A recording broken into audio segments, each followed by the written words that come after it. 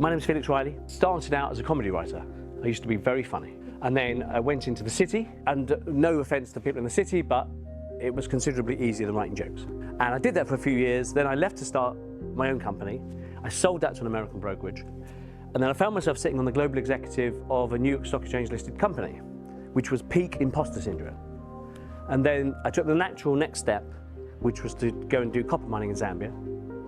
Then after that, I wrote a couple of thrillers for Penguin, and then a friend's company was in trouble. This just over a decade ago, and he said, can you come and turn it around? So I did that, and as I was kind of handing it back, they said, can you stay on?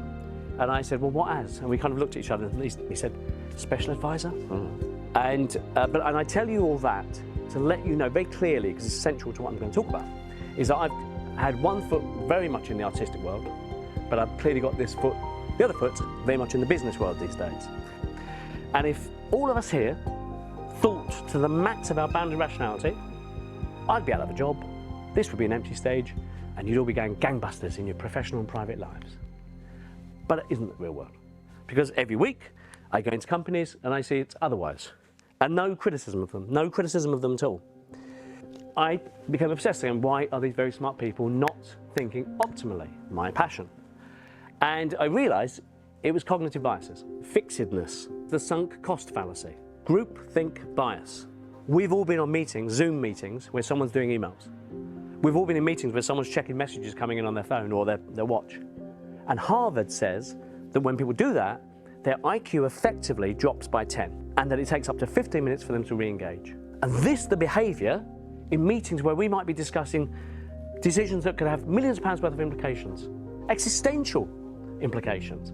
And the way to banish this, the way to cut through it all, to blow away all these clouds and cobwebs, is creativity. Original ideas that have value. I get a group of people together with different educations, different backgrounds, and different experiences. Then we can create something original.